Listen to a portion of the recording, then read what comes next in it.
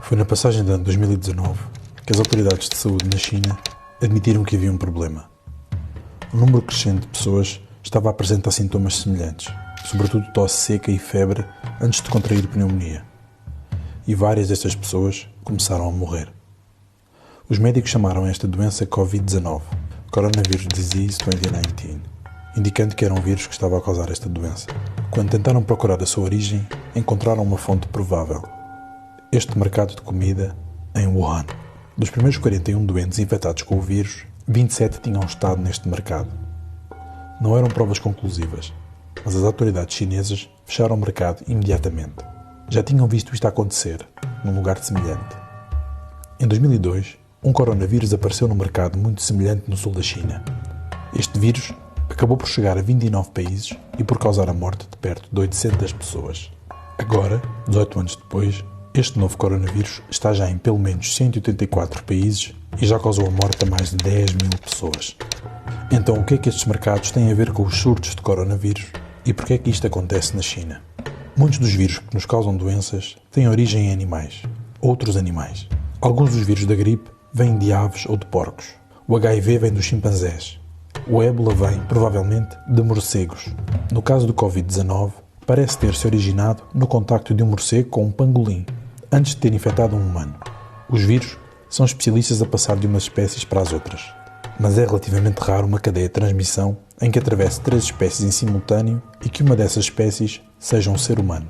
É raro porque todos estes hospedeiros teriam de estar no mesmo local, num intervalo de tempo relativamente curto. E é aí que entra o mercado de Wuhan. É um mercado vivo. Nestes mercados, os animais estão vivos e são mortos e vendidos aos clientes na hora. Estão empilhadas umas em cima das outras.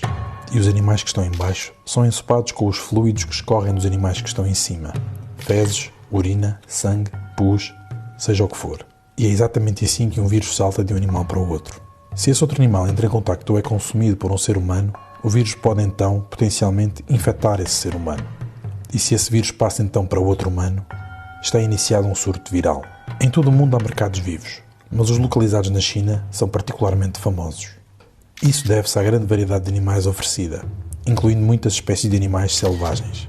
Há aqui animais de todo o mundo, e cada um pode transportar os vírus característicos da sua espécie para o mercado. A razão pela qual estes animais estão todos no mesmo mercado é devido a uma decisão tomada pelo governo chinês há várias décadas. Nos anos 70, a China estava a colapsar. A fome tinha morto mais de 36 milhões de pessoas. E o regime comunista, que controlava a produção de comida, estava a perder a capacidade de alimentar a população de mais de 900 milhões de chineses. Em 1978, à beira do colapso, o regime abdicou deste controlo e legalizou a privatização da agricultura. Enquanto as grandes empresas começaram a dominar a produção agrícola de espécies de consumo populares, como o porco ou o frango, alguns agricultores de pequena dimensão começaram a capturar e fazer criação de espécies de animais selvagens, como forma de sustento. No início eram pequenas iniciativas, como produção de carne de tartaruga, por exemplo, ou de cobra. E foi assim que a criação de animais selvagens começou na China. E como começou de facto a ser uma forma de sustento para a população, o governo chinês apoiou e encorajou esta atividade. E, depois, em 1988, o governo chinês tomou uma decisão que alterou completamente a realidade do comércio de animais selvagens na China. Passaram a Lei da Proteção de Animais Selvagens, que declarou os animais selvagens como sendo recursos naturais da propriedade do Estado, e regulamentou as atividades que estavam a utilizar esses mesmos recursos. A mesma lei encorajou a domesticação e criação de espécies de animais selvagens, e assim nasceu uma indústria.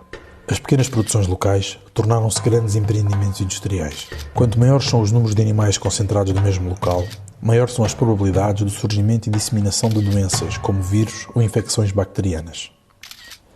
Também aumentou a diversidade de espécies que estavam a ser criadas pelos agricultores, o que significou o aumento das espécies de vírus.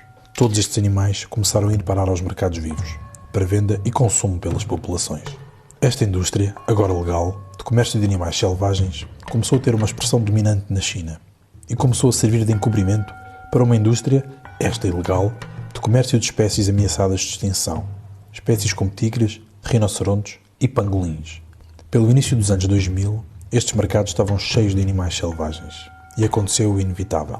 Em 2003, a origem do surto de SARS, o coronavírus relacionado com a síndrome respiratória aguda grave, foi localizada no mercado vivo no sul da China.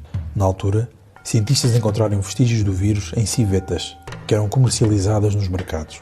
As autoridades fecharam os mercados e proibiram imediatamente a criação de animais selvagens. Mas, apenas uns meses depois do surto, as autoridades chinesas declararam que era afinal legal a criação de 54 espécies de animais selvagens, incluindo as próprias civetas. Em 2004, a indústria de animais selvagens na China estava estimada em apenas 100 mil milhões de yuan, cerca de 3,1 mil milhões de euros, mas detinha um lobby surpreendentemente influente no governo chinês. É devido a esta influência que o governo chinês tem deixado que o comércio de animais selvagens cresça ao longo dos anos. Em 2016, por exemplo, o governo legalizou a criação até de espécies ameaçadas, como tigres ou pangolins. Em 2018, a indústria de criação de animais selvagens tinha crescido para 140 mil milhões de yuan e começou a ocupar os nichos de comércio de alimentos com propriedades ligadas ao fitness, performance sexual, estética e, claro, saúde. Nenhuma destas aplicações é validada cientificamente. Independentemente disso, estes produtos tornaram-se populares numa nova classe rica e poderosa emergente na China. E foi justamente esta nova minoria influente que o governo chinês pretendeu favorecer com as leis do comércio de animais selvagens, pondo em risco a grande maioria da população do país. Pouco depois do surto de Covid-19, o governo chinês fechou milhares de mercados vivos e baniu temporariamente o comércio de animais selvagens. Várias organizações espalhadas pelo mundo estão a apelar para que esta proibição se torne permanente. Em resposta, há relatos de que a China esteja a rever a Lei da Proteção de Animais Selvagens, que em 1988 encorajava os pequenos agricultores a fazer a criação destas espécies. Mas a menos que estas ações levem a uma proibição permanente da criação e comércio de espécies de animais selvagens, surtos e epidemias como esta vão certamente continuar a acontecer.